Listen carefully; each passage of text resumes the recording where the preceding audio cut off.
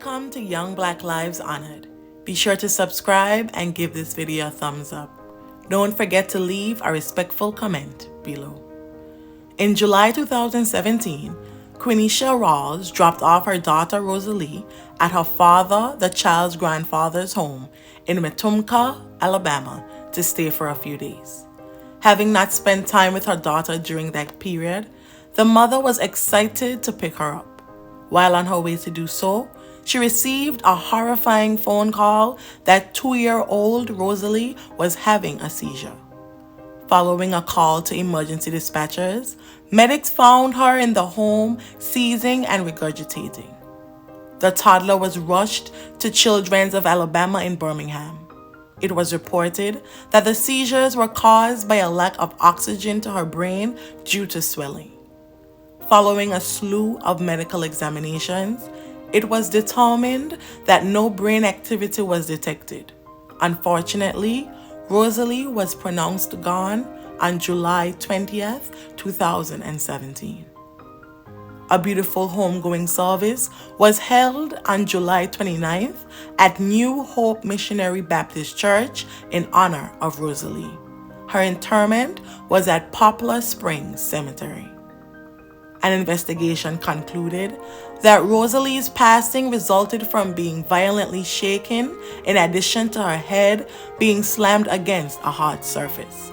Following an autopsy, her cause of death was listed as blunt force trauma to the head and manner of death as homicide. The child's step-grandmother, Pamela Shelton, and her daughter, Marshetta Brown, were the only adults in the home at the time of the incident. In September 2019, Shelton's jury selection began. During a pretrial motion, the defense requested that they be allowed to use medical history that showed Rosalie was diabetic and had a history of seizures prior to her passing. Chief Assistant District Attorney C.J. Robinson said there was absolutely no medical history indicating that Rosalie was diabetic or had a history of seizures.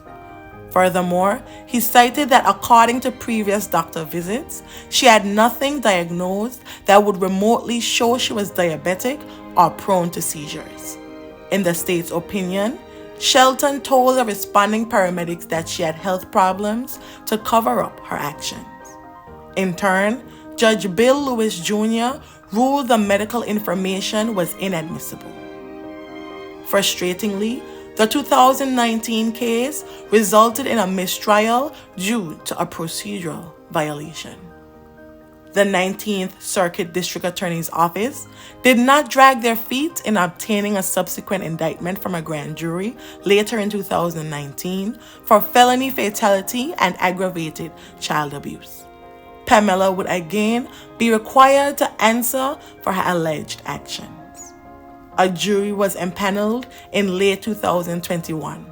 Disappointingly, the trial hit a snag after it was put on hold because Shelton's daughter Marshetta failed to show up to court as a key witness.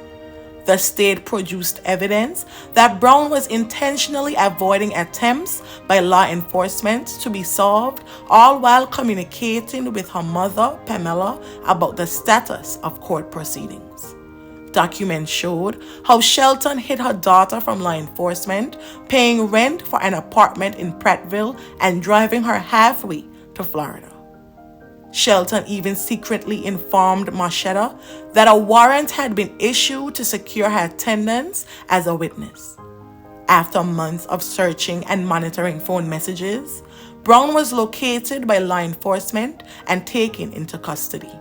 The case was immediately set for trial, and after 13 long months, the jury who had been previously selected was notified and returned to the Elmore County Judicial Complex to hear the case.